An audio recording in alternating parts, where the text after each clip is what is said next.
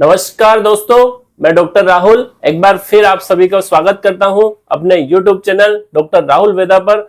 आज हम एक ऐसी गंभीर बीमारी के बारे में बात करेंगे जो कि उसका नाम सुनते से ही लोगों के मन में डर पैदा हो जाता है। उस बीमारी का नाम है कैंसर की बीमारी। उस बीमारी के बारे में हम आज चर्चा करेंगे। तो दोस्तों जरा सोचिए, आप सड़क पर जा रहे हो और अचानक कोई कहे कि आगे खतरा है, तो आपका पहला काम क्या होगा? आप रुकेंगे, देखेंगे और समझेंगे कि खतरा क्या है। कैंसर भी कुछ ऐसा ही है। इसका नाम सुनते से ही लोग घबरा जाते हैं, बस अब तो जिंदगी खत्म। लेकिन सच ये है, अगर हम समय पर पहचान ले, कारण समझ ले और सही इलाज चुन ले, तो कैंसर का डर आधा यहीं खत्म हो जाता है। आज मैं आपको कैंसर के बारे में वो सब बताऊंगा जो आपकी समझ में आसानी से आ जाए कि यह क्या है, क्यों होता है। अगर आधुनिक और आयुर्वेदिक इलाज की बात करें, आयुर्वेद चिकित्सा पद्धति कैसे काम करती है, इस बारे में भी हम आगे बताएंगे। पहले हम जान लेते हैं कि कैंसर क्या है। हमारा शरीर एक बड़ा शहर के जैसा है। इस शहर में अरबों खरबों छोटे छोटे घर हैं। इन्हें हम सेल्स या कोशिकाएं कहते हैं। हर घर का एक नियम होता है जिसमें कि बनना, काम करना, समय आने पर गिर जाना या मृत्यु हो जाना। लेकिन कभी कभी हमारे शरीर के अंदर जो डीएनए यानी सेल्स बनाने की जो मशीन है, उसमें जब गड़बड़ी हो जाती है, तब वह मशीन क्या करती है कि सेल्स को बहुत ज्यादा संख्या में बनाने लग जाती है। मतलब सेल्स बनते ही रहते हैं, लेकिन पुराने जो हैं वह मरते नहीं है, या यूं कहें कि टूटते नहीं है। धीरे धीरे जब यह भीड़ शरीर में जमा हो जाती है तो गांठ बन जाती है। अगर यह गांठ सिर्फ एक जगह है तो इसको बिनाइन ट्यूमर कहते हैं, लेकिन अगर ये फैलने लगे तो उसे मैलिग्नेंट ट्यूमर यानी कैंसर कहते हैं। अगर हम इसके कारणों की बात करें तो तंबाकू से, बीड़ी से, सिगरेट से, गुटखे से भारत में कैंसर के आधे मामलों के पीछे यही कारण है।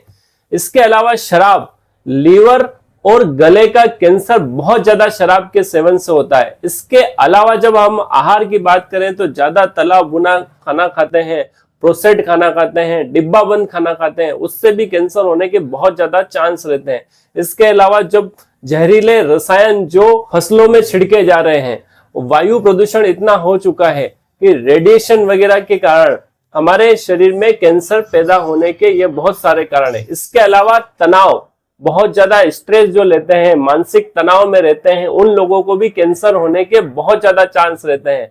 कुछ लोगों में वंशानुगत होता है कि पहले परिवार में जब किसी को कैंसर होना पाया जाता है तो जेनेटिक्स में भी यह कैंसर बहुत हद तक देखा गया है।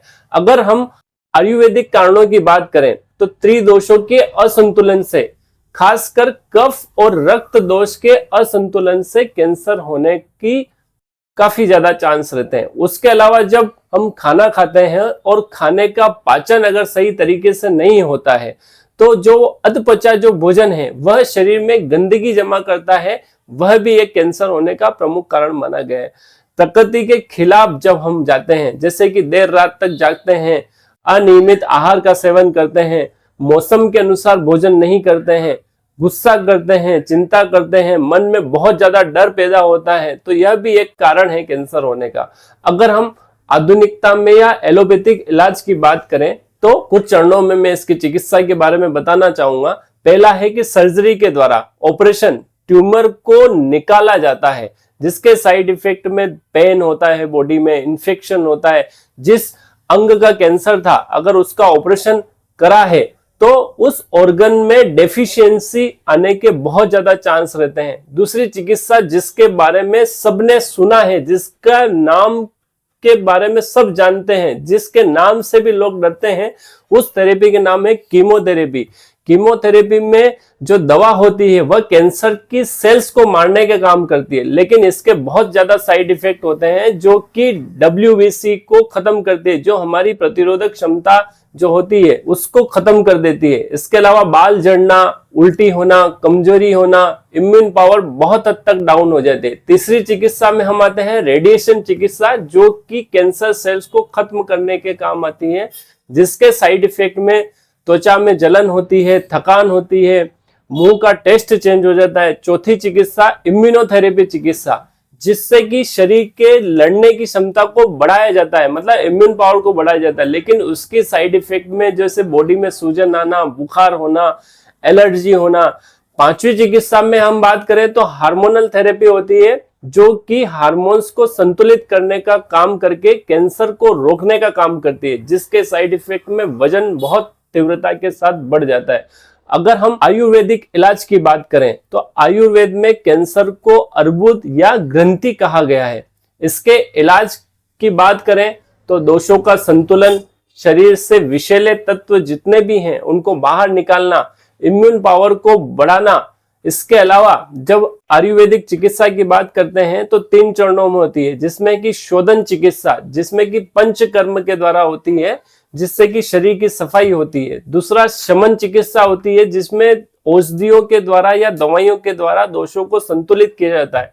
तीसरी चिकित्सा में रस रसायन चिकित्सा होती है, जो कि शरीर को मजबूत बनाना, मतलब उनको ताकतवर बनाना। इसके अलावा बहुत सारी चीजें हैं जो कि आयुर्वेद में है, जिनका पहला नाम है हल्दी, दूसरे की बात करें तो गिलोय, तीसरा अश्वगंधा, चौथा तुलसी, त्रिफला, कांचनार, गूगल। ये बहुत सारी ऐसी आयुर्वेदिक दवाएं हैं जिनके द्वारा कैंसर को रोका भी जा सकता है और खत्म भी किया जाता है। अगर हम योगा और प्राणायाम की बात करें तो फर्स्ट में अनुलोम विलोम प्राणायाम, जो कि रक्त और कोशिकाओं को ऑक्सीजन देता है, मतलब सेल्स के रीजनरेशन के लिए अनुलोम विलोम प्राणायाम करना चाहिए। दूसरा कपालभाति प्राणायाम करना चाहिए, जो कि टॉक्सिन्स को बाहर निकालता है। तीसरा भस्त्रिका प्राणायाम, जो हमारे फेफड़ों की क्षमता को बढ़ाने का काम करती है।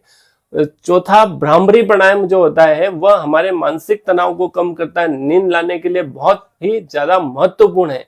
इसके अलावा मंडूका आसन, जो हमारी पाचन शक्ति को सुधारता है। अगर इन सभी चीजों का अगर हम तरीके से नियमानुसार काम करेंगे इनके ऊपर या इनका सेवन करेंगे तो बहुत तीव्रता के साथ हम कैंसर से जीत पाएंगे। इसके अलावा एक बहुत अच्छी औषधि है जिसके बारे में बहुत बड़े बड़े रिसर्च हो चुके हैं, जिसको हम गौमूत्र बोलते हैं। अगर देशी गाय का गौमूत्र रोजाना सुबह के टाइम सेवन किया जाए, अगर हम उसको गंगा जल के जैसे हम 1 चम्मच रोजाना अगर सेवन करें देशी गाय का गौमूत्र, तो मुझे नहीं लगता है कि दुनिया में कभी किसी व्यक्ति को कैंसर होगा। इसके अलावा जिनको हो चुका है वह भी अगर देशी गाय के गौमूत्र का सेवन करेगा तो उनकी उम्र बहुत हद तक बढ़ेगी। इसके अलावा जो भी चिकित्सा पद्धति अपनाई जा रही है कैंसर के लिए, उनसे जो साइड इफेक्ट होने वाले हैं वो भी गोधन अर्क के सेवन के बाद साइड इफेक्ट होने की संभावना नगण्य रहेगी। इसके अलावा अगर हम बात करें तो बहुत सारी 5 दवाएं हैं, जैसे कि गेहूं के ज्वारे का रस, गिलोय का रस, एलोवेरा का जूस, तुलसी के पत्ते, नीम के पत्ते और गौमूत्र। इन चीजों को अगर मिलाकर सुबह 1 कप हम सेवन करेंगे तो निश्चिंत ही हमको इस बीमारी से निजात मिल जाएगी। इसके अलावा हमको खाने में क्या क्या खाना चाहिए, जैसे कि दूध, दही, घी, दलिया, फल, हरी सब्जियां, इन सबको हमारे भोजन में हमको शामिल करना पड़ेगा। इसके अलावा जो पैकेट फूड है उनसे दूरी बनानी पड़ेगी। हल्दी, अदरक, लहसुन का इस्तेमाल करना पड़ेगा। गुनगुना पानी को जीवन में शामिल करना पड़ेगा। जीवन शैली में हमको सूर्योदय से पहले उठना, जिसको कि हम ब्रह्म मुहूर्त बोलते हैं, ऋतुचर्या का पालन करना, सूर्यास्त से पहले भोजन करना, यह सभी काम हम करेंगे तो निश्चिंत ही इस बीमारी से निजात मिलेगी और यह बीमारी होने की संभावना नगण्य रहेगी।